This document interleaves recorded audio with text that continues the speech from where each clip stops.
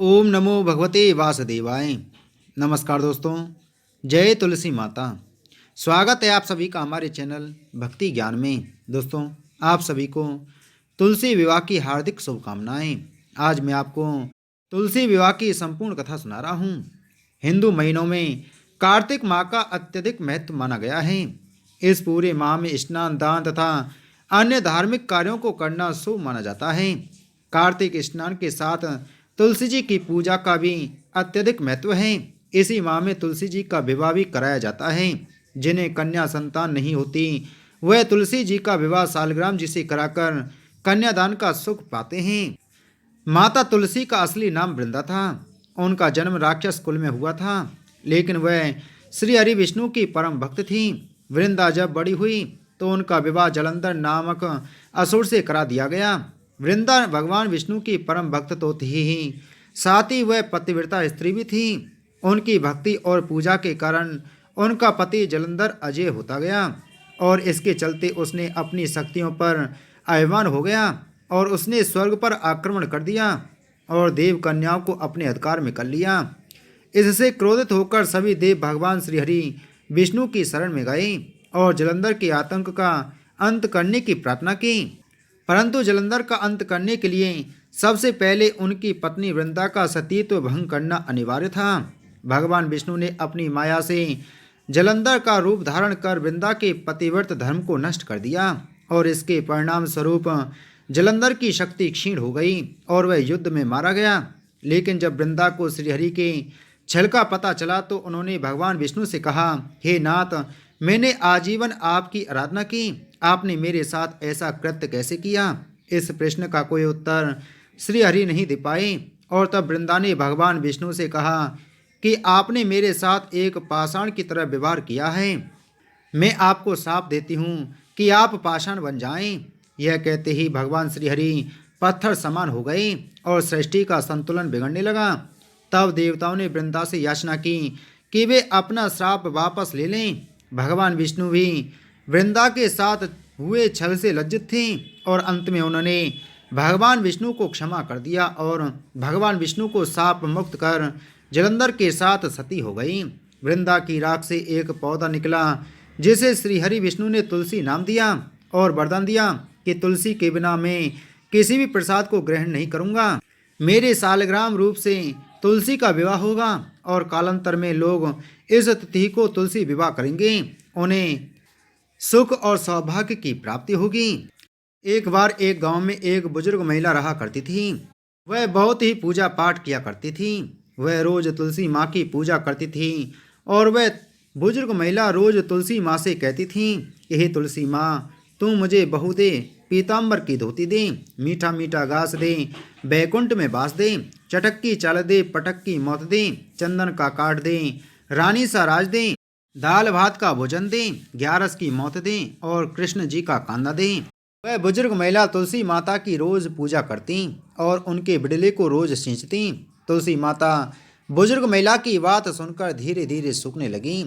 तभी भगवान श्री कृष्ण ने देखा कि तुलसी माता सूख रही है और तभी एक दिन भगवान श्री कृष्ण तुलसी माता जी के पास प्रकट हो गई और भगवान श्री कृष्ण जी ने तुलसी माता से पूछा, तुम क्यों सूख रही हो? सभी महिलाएं तुम्हारी पूजा करती हैं और तुमको सींचती हैं, लेकिन फिर भी तुम सूखती जा रही हो, इसका क्या कारण है?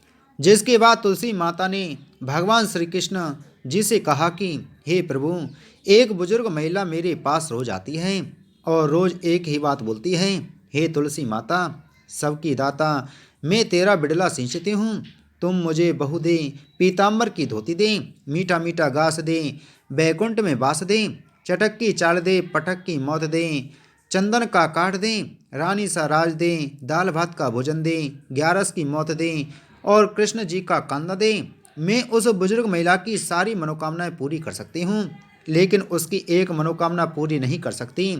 मैं कृष्ण जी का कांदा कहाँ से दूंगी उसको? तभी भगवान श्री कृष्ण जी तुलसी माता की बात सुनकर जोर जोर से हंसने लगे और फिर भगवान श्री कृष्ण जी ने तुलसी माता जी से कहा कि तुम चिंता मत करो, जब वह बुजुर्ग महिला मृत्यु को प्राप्त होगी तब मैं स्वयं ही उसको कांदा देने आ जाऊंगा और तुम उस बुजुर्ग महिला को यह बता देना जिसके बाद भगवान श्री कृष्ण जी तुलसी माता को यह बात बताकर वहाँ से अदृश्य हो गए और धीरे धीरे कुछ बुजुर्ग महिला की तबीयत खराब हो गई।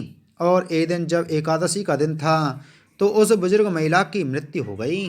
तभी कुछ बुजुर्ग महिला के आसपास रहने वाले सभी लोग आ गए और उन्होंने उस बुजुर्ग महिला के अंतिम संस्कार के लिए उसको जैसे ही उठाया तो वह बुजुर्ग महिला वहाँ पर किसी भी व्यक्ति से नहीं उठी। तभी वहाँ पर अचानक से एक बच्चा आया और सभी से कहने लगा कि मैं इस बुजुर्ग महिला के कान में कुछ कहूँगा, जिसके बाद यह बुजुर्ग महिला हल्की हो जाएगी और आप सभी लोग इनको आराम से उठा सकोगे। यह सुनकर सभी लोग बहुत ही आश्चर्यचकित हो गए और कहने लगे ऐसा कैसे हो सकता है। और सभी लोगों ने उस बच्चे को बालक समझकर वहाँ से भगा दिया। लेकिन वहाँ पर उपस्थित एक बुजुर्ग आदमी ने उस बच्चे से कहा कि जाओ, तुम्हें जो कुछ कहना है वह कह लो। लेकिन सभी लोगों को यह नहीं पता था कि बच्चे के रूप में भगवान श्री कृष्ण खुद ही आए हैं उस बुजुर्ग महिला को कांधा देने के लिए। जिसके बाद भगवान श्री कृष्ण ने उस बुजुर्ग महिला के पास जाकर उसके कान में कहने लगे माई मन की निकाल ले, पीताम्बर की धोती ले, मीठा मीठा घास ले, बैकुंठ में बास ले, चटक की चाल ले, पटक की मौत ले, चंदन का काठ ले और अब ले कृष्ण जी का कांधा भी ले।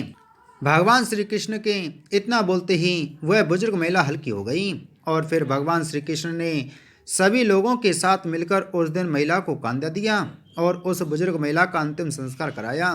जिसके बाद उस बुजुर्ग महिला को मोक्ष प्राप्त हो गया और उस बुजुर्ग महिला को स्वर्ग की प्राप्ति हुई। तुलसी में माता लक्ष्मी का वास होता है। तुलसी जी का पेड़ लगाने से घर में सुख शांति और समृद्धि बनी रहती है और तुलसी जी की पूजा करने से मोक्ष की प्राप्ति होती है। प्राचीन समय में एक परिवार में ननद भाभी रहा करती थीं और ननद का विवाह अभी हुआ नहीं था। उनके घर में तुलसी का एक पौधा था और ननद उसकी बहुत ही मन से सेवा किया करती थी। मगर उसकी भाभी को उसका ऐसा करना जरा भी पसंद नहीं आता था और कई बार वो गुस्से में अपनी ननद से कह दिया करती थी कि जब तेरा विवाह होगा तो मैं तुझे तुलसी ही खाने को दूंगी और तो और दहेज में भी तुलसी ही दूंगी। वक्त बीता और ननद की शादी भी हुई और उस दौरान उसकी भाभी ने शादी में आए सभी बारातियों के सामने ही उस तुलसी के गमले को तोड़ दिया और उसी क्षण वहाँ एक चमत्कार हुआ। गमले के जितने भी टुकड़े हुए थे वो सभी अलग अलग तरह के स्वादिष्ट पकवानों में बदल गए। भाभी ने ननद को गहने की बजाय तुलसी की मंजरी पहना दी और वहाँ भी एक चमत्कार हुआ। वह मंजरी सोने के आभूषणों में बदल गई। सिर्फ इतना ही नहीं बल्कि उसके साधारण वस्त्रों के स्थान पर तुलसी का जनेऊ रख दिया तो वह भी रेशमी वस्त्रों में बदल गई। जब ननद अपने ससुराल में पहुंची तो वहां पर लोगों ने उसके दहेज में आए सामान आदि के बारे में काफ़ी तारीफ की। मगर सबसे ज़्यादा हैरान उसकी भाभी हुई क्योंकि उन्होंने तो हर चीज़ में तुलसी ही दी थी। हालांकि इतना सब होने के बाद उसकी भाभी को भी तुलसी पूजन का महत्व समझ में आ गया और वह समझ गई थी कि तुलसी पूजा में कितनी ज़्यादा शक्ति है। इसके बाद भाभी जिनकी एक लड़की भी थी उसे भी उन्होंने तुलसी जी की सेवा और पूजा करने को कहा और बताया कि अगर तू भी तन मन से उनकी पूजा करेगी तो तुझे भी अपनी बुआ की तरह कई तरह के सारे अच्छे फल मिलेंगे। मगर लड़की दूसरे आचरण की थी और तुलसी की सेवा करने का उसे कभी मन नहीं करता।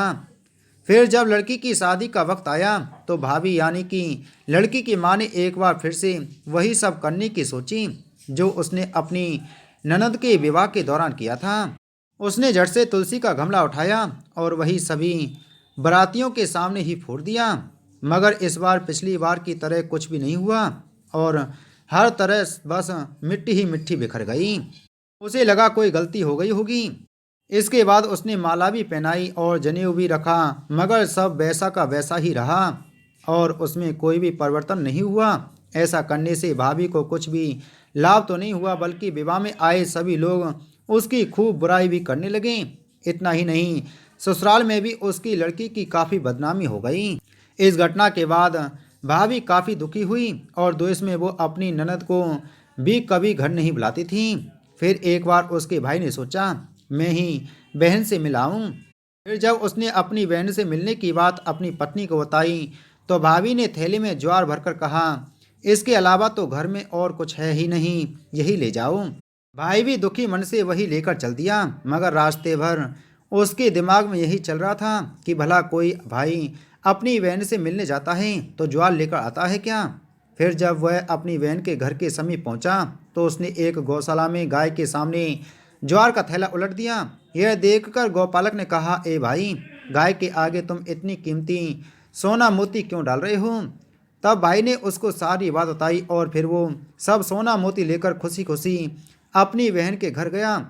उपहार पाकर उसकी बहन भी बेहद खुश हुई। एक कन्या थी। जब वह थोड़ी बड़ी हुई और उसको समझ आने लगा तब से ही वह तुलसी माता जी की पूजा करने लगी। उसके प्रतिदिन का नियम था कि तुलसी माता की पूजा करने के बाद ही खाना खाती थी। जब वह कन्या शादी के लायक हुई तब उसके माता पिता ने उसकी शादी करवा दी। कन्या को उसके माता पिता ने दहेज में भी एक तुलसी का गमला दिया। ससुराल में वह प्रतिदिन सवेरे उठते ही पूजा करती, फिर उसके बाद ही खाना खाने बैठती थी। उसकी दो जेठानियाँ थीं। वो दोनों उसका मजाक उड़ाती थीं कि बड़ी नियम धर्म वाली बनती है।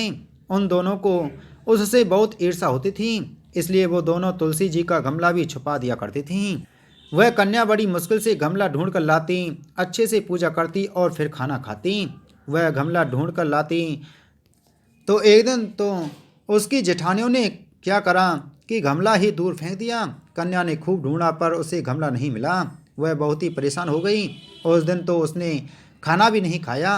उसका नियम जो था, उस कन्या की सच्ची भक्ति देखकर तुलसी माता उससे बहुत प्रसन्न हो गईं और उसके कमरे में तुलसी का गमला प्रकट हो गया। अगले दिन सुबह जब वह उठी तो क्या देखती है कि उसके खाट के चारों कोनों पर तुलसी माता का गमला आ गया है। यह देखकर वह तो बहुत प्रसन्न हो गई कि अब मेरी तुलसी माता को कोई चुरा नहीं सकेगा। पूजन करने के लिए भी कहीं और जाना नहीं पड़ेगा और कोई मेरी तुलसी माता को फेंक भी नहीं सकेगा। वह तो जल्दी से उठकर स्नान करती हैं और तुलसी माता की पूजा कर लेती हैं। जब वह खाना खाने बैठी तो उसकी जेठानियाँ मजाक करने लगीं कि लो, देवरानी का नियम धर्म पूरा हो गया। उससे पूछती हैं कि तुलसी जी की पूजा कर ली क्या। देवरानी धीरे से बोलती है कि हाँ, कर ली। जेठानियाँ बोलती हैं, कहाँ से कर ली पूजा, गमला तो फेंक दिया था। देवरानी कहती है कि देख लो, मेरे कमरे में खाट पर तुलसी जी लग रही हैं। जेठानियाँ बहुत शर्मिंदा हुई और बोली कि देवरानी, तेरी भक्ति सच्ची है, हमने तुझे बहुत परेशान करा, हमें माफ़ कर दें।